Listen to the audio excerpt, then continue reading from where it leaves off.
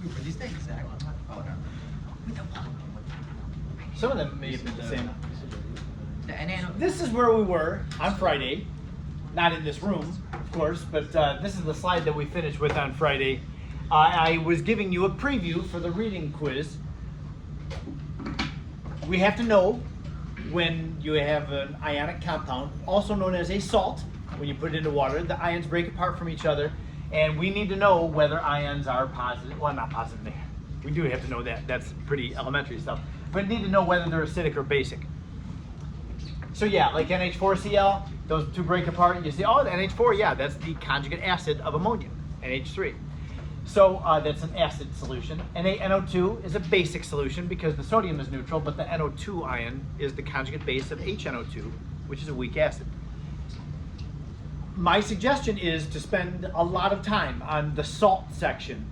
Both the ranking bases questions, there's one or two, there's not very many where you have to rank the strength of bases and acids. Make sure that you understand those well.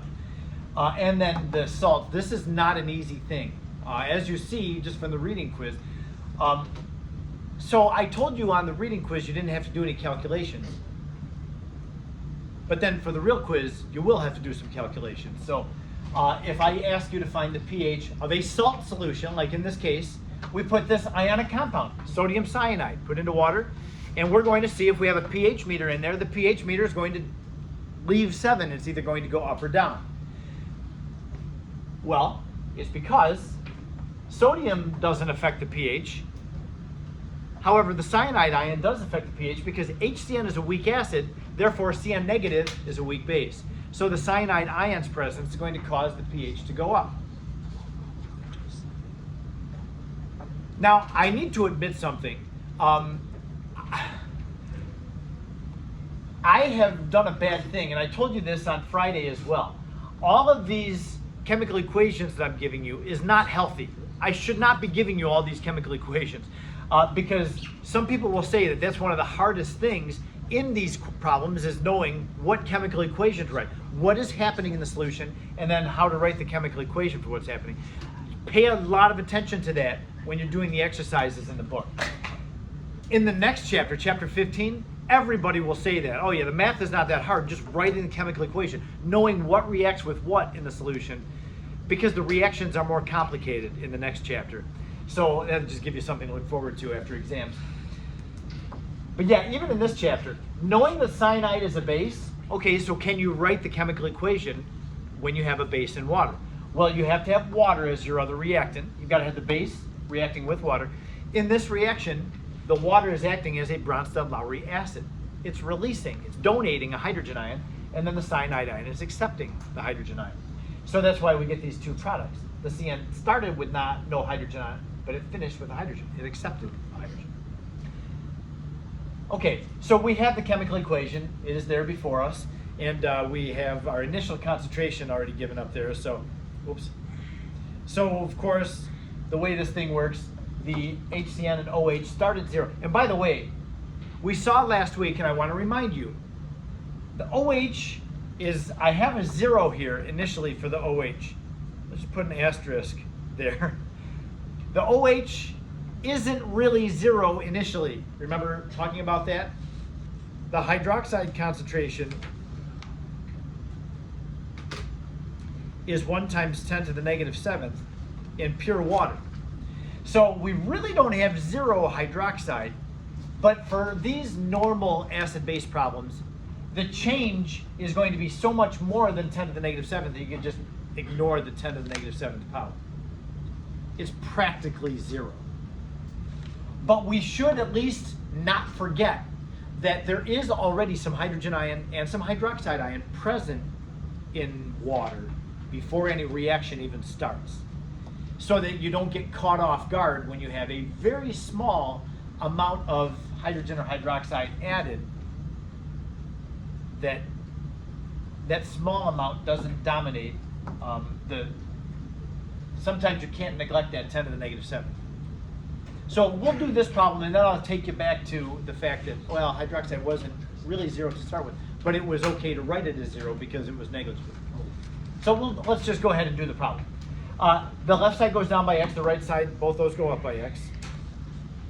Notice I'm not writing anything under the water. It's a liquid. It does not have concentration. So that at equilibrium, the cyanide ion is 0.1 minus X, whatever amount it changed by, and then the products just go up by X. This is a base, the cyanide ion, so we need to use its Kb value. In the book, there is a Kb value, or a whole table of Kb values for lots of bases, but the cyanide ion is not in there. That's on purpose. They just put amine compounds in the Kb table. They're all amine compounds, organic compounds that have nitrogen. There's a couple of weird nitrogen-bearing compounds in there, but no cyanide ion. And the reason they didn't put it in there in the Kb table is because they put HCn's Ka value into the Ka table, so that we have this relationship. We need the Kb of the cyanide ion, so we're going to have to solve for it by taking Kw divided by Ka. So that means this: the Kb of cyanide is Kw over Ka of HCn, which is 1 times 10 to the negative 14 over 6.2 times 10 to the negative 10. And that's equal, that'll give you the Kb value. I'm not going to solve for that. We'll just calculate everything at once.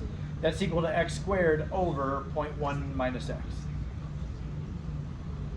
This is a very small ratio, and that means that x is going to be small. So 0.1 minus x is going to end up very close to 0.1 still. We'll just neglect that minus x term, and we can solve for x. When we solve for x, it's going to be the hydroxide ion concentration. And what is it? Something times 10 to the negative third. I don't remember what it is. 1 times 10 to the negative 14th divided by 6.2 times 10 to the negative 10th times 0.1, getting that 0.1 out of the denominator, moving it over to that side, and then get that answer, take the square root. We get 0.0013. Okay, now let's pause here for a moment. I know we have to find the pH, and we will, but let's just stop for a second and notice that we had a weak base. The weak base shifted to the right some, not very much because the K is small, but it shifted to the right some, and it produced some hydroxide. How much hydroxide? Even though it shifted to the right a little bit, it's a decent amount of hydroxide, 0.0013 molarity. This is significantly bigger than the 1 times 10 to the negative 7 that we started with. So we can feel fine about writing 0 there for the hydroxide. It's only when that change is 10 to the negative 7th or less that we have to worry about how much we started with, because they're on the same order of magnitude. Or if you have less than 10 to the negative 7th in your change, then we can't neglect that 10 to the negative 7th that we started with. So just to be aware of that kind of thing, message there. Almost everything that we calculate that has a K value is going to give an X value that's significantly bigger than 10 to the negative 7. So we write hydrogen hydroxide as 0 initially all the time. Okay, now back to the calculating the pH. We know that when we have the hydroxide ion concentration and we need the pH, we first find the pOH. So just take negative log of that, but just be careful that's not your final answer. Negative log of 0.0013 is, I believe it's 2.90, yes? And therefore the pH is 14 minus that, which is 11.10.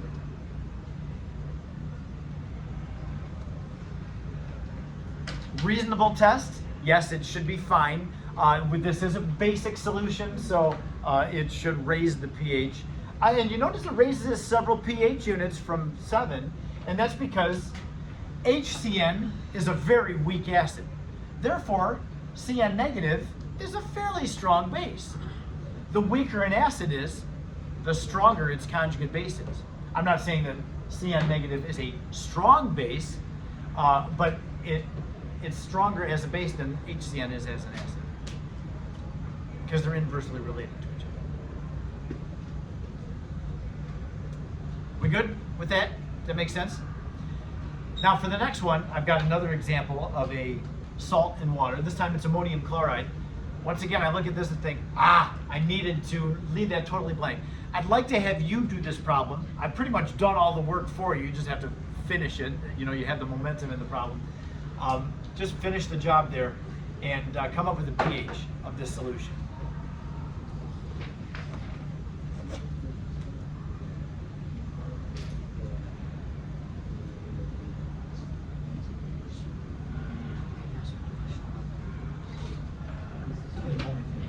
There'll be plenty of time. This past reading quiz? Or the one that you need to take? Yeah, I'll answer that.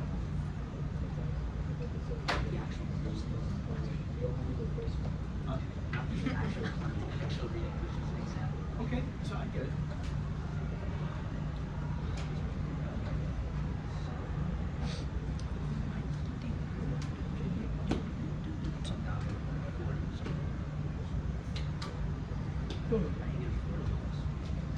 I expect you to.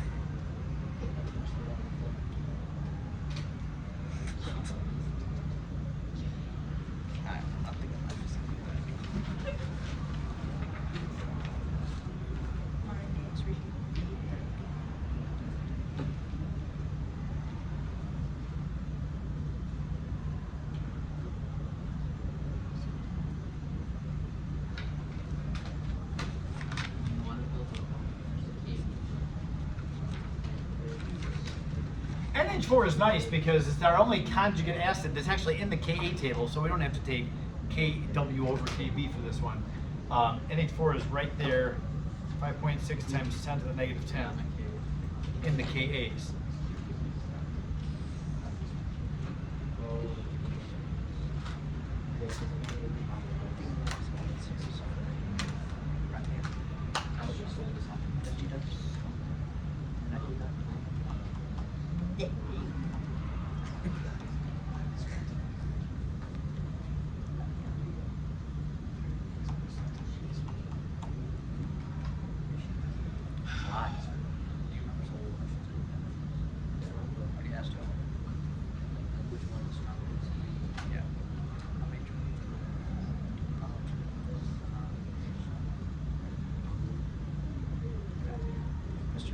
Yeah. I remember in normal chem I hated ice tables and I began to enjoy them. We did it.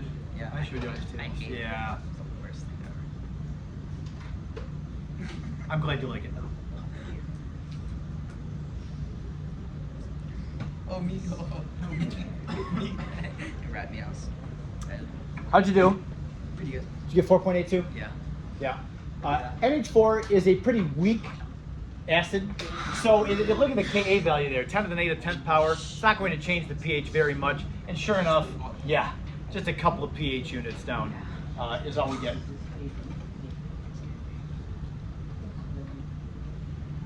No, go ahead, finish. I'm so sorry. Where'd you go wrong? Yeah, that's how Oh. Any questions about this? So I've shown you 2 salt pHs. Practice those a lot, and if you feel like, okay, I've done the assigned book problems, but I don't feel like I really get it, then do some of the unassigned salt problems where you have to find the pH. Just make sure you get that. I think that's the only thing that's difficult in this chapter. What we've done so far, you know, if you go back and you read through all the notes that we've done, you'll say, oh yeah, okay, I've got a very good handle on that. But that salt thing seems to mess people up. One last thing in the chapter, I'm not going to take long on this, it doesn't need a whole lot of time. Even though it's last in the chapter, you might think, oh man, the last thing, they saved the hardest thing for last. Not really here. We haven't talked at all about when you have an acid that has more than one hydrogen that it can give off. polyprotic acids. Sulfuric acid is diprotic. There's H2SO4. And then carbonic acid is H2CO3. In this case, phosphoric acid, H3PO4. What do we do to find the pH when we have more than one hydrogen coming off? Well, what we need to understand about polyprotic acids is that the H's don't all just start slipping off randomly.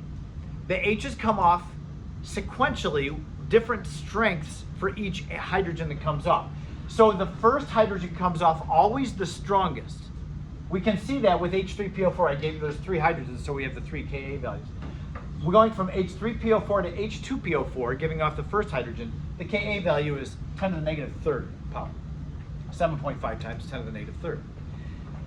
When we see the second hydrogen come off, going from now H2PO4 to HPO4, so the second hydrogen comes off, notice that that second hydrogen has a very small equilibrium constant compared to the first, which means that the H is held on to this thing much more strongly. It's a stronger bond holding on to the H plus.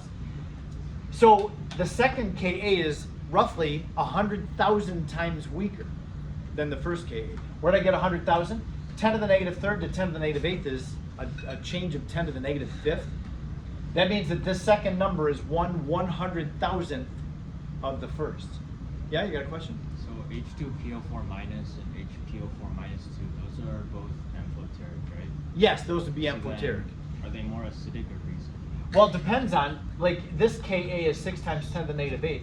The Kb then of this would be Kw divided by this. It would be that would be stronger as a base.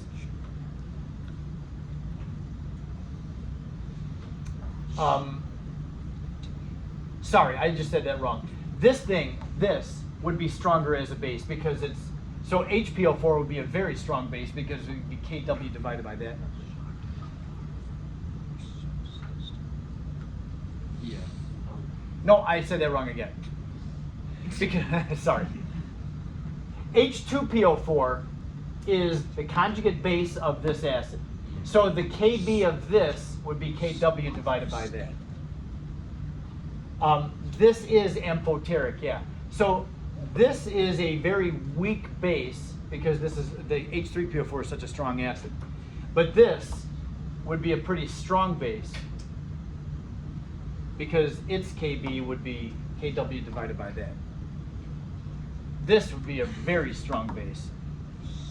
Kw divided by that is like point something, not 0. It's like, yeah, so PO4 negative 3, that would really be, that would raise the, like if you had sodium phosphate and put that into water, you'd have a very high pH for that. So as you go down, they become more basic. Yes. Yep. I'm not going to ask you anything about the base properties of the diprotic acids. We're just sticking with the pH of the acids. So what's written down here in red is the take-home message on this. Because each hydrogen, after the first hydrogen comes off, each one that comes off after that is negligibly small.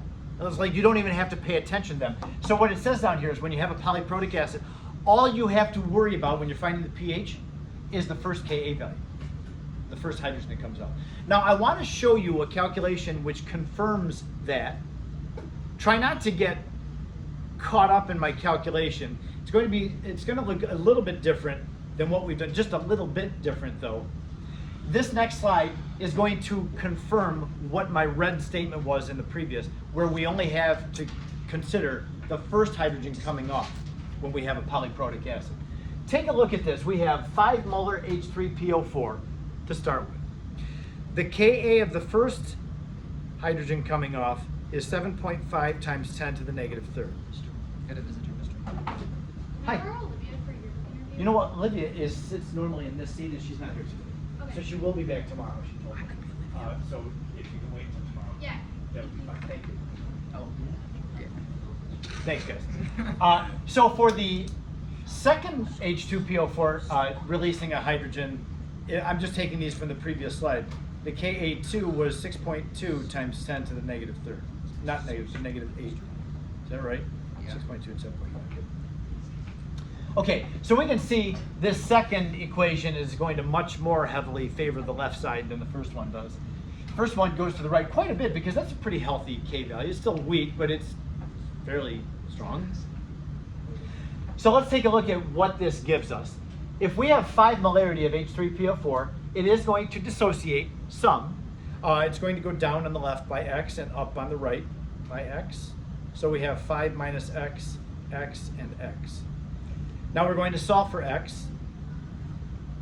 The Ka of this step is 7.5 times 10 to the negative third.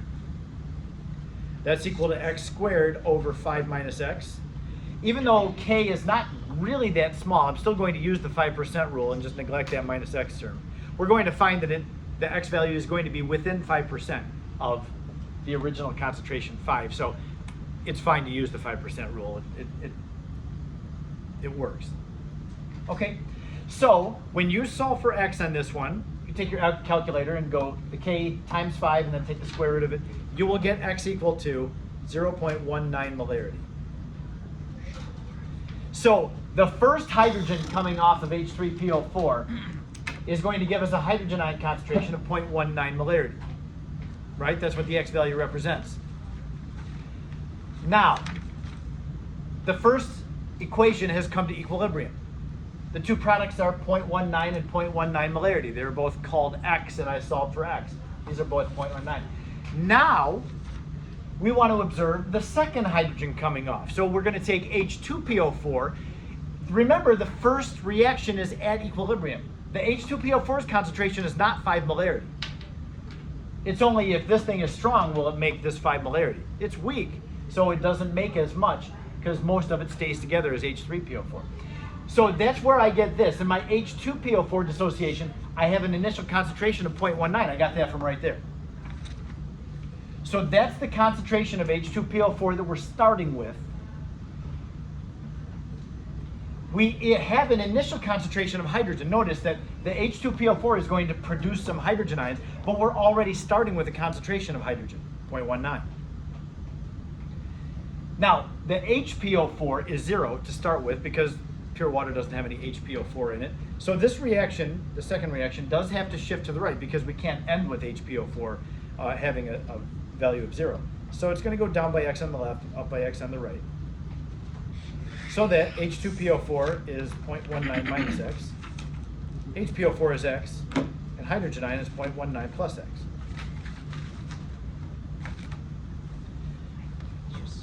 So this can happen sometimes where, you know, you've got some, like we're not used to having anything other than 0 to start with for our products, but in this case, we already start with some product present.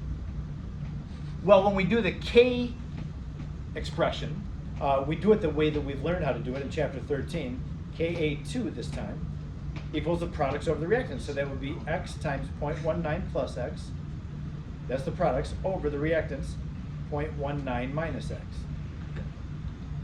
Okay, so we need to solve for X. Now this is a very small K value. The Ka2 was 6.2 times 10 to the negative 8th. So we know that because the K is small, X is going to be very small. So if X is very small, would you agree that 0.19 plus a very small number is just going to stay at 0.19? And 0.19 in the denominator minus a very small number is also going to stay at 0.19. So the 5% rule is wonderful to us here. We can neglect it from both the plus X and minus X terms. And what we're left with is a beautiful thing. It's X times 0.19 divided by 0.19 equals K. So the X value equals 6.2 times 10 to the negative 8 molarity. Now the reason that I did this calculation is I want you to see that when the first equilibrium happens and we get a hydrogen ion concentration, the second equilibrium will begin to happen and it will dissociate and give off some, but you can see that the amount of hydrogen ion that the second step produces is minimal. It's negligible. You don't have to worry about it. Because what we have here is 0.19 plus the X value, which is 0.00000062. So 0.19 plus that tiny little number ends up as just 0.19. That's why when you have a polyprotic acid, all you have to worry about is the first hydrogen. The second hydrogen doesn't produce, the second step, producing hydrogen, doesn't produce enough for us to worry about. It's not going to impact what the pH is. It does produce some, but a negligible amount. Now for the third hydrogen coming off, we would start with HPO4, and look at what its concentration starts at, 10 to the negative 8th power. And then it's got an extremely small K value. You can see what the K value was, it's 10 to the negative 13th power. So it's a really weak acid. So yeah, it's very unlikely that all 3 hydrogens would come off of any of the molecules. Some will, but very few. Ridiculously small number. Okay, so anyway, this thing that's written in red is what you want to remember. It makes polyprotic acids, which kind of looks scary at first. It'll say like H2C2O4, oxalic acid is diprotic, and the Ka1 is this, and the Ka2 is this. What's the pH? And you think, oh man, I got 2 Kas.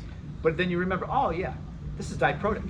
I just have to worry about the first Ka and treat it as if it's monoprotic. And that's it. So the polyprotics won't be scary. And we're done. That's it. I do want you to see that I did have another example slide. I'm not forgetting about this. I'm not doing this on purpose. This is something that we used to do in this class long ago. And as we did, this is a really hard problem. And I thought, well, I'm not doing this anymore. You wouldn't have to do anything like this on the AP exam. I guarantee there's nothing like. Yeah, if you see this, if you have 1 molar H3PO4, what would the phosphate ion concentration be? You would have to go through all 3 steps to get to the phosphate ion concentration again. We're not doing that. So we're not doing that one. And then this slide, I'm not doing because we already did this slide when we talked about the structure of acids and how they affect the strength. That's what that slide is. And then the final slide was when we have a hydrated metal ion. You've seen some of these problems. I know that even in your reading assignment last night, there was something about a hydrated metal ion. We're not doing that either.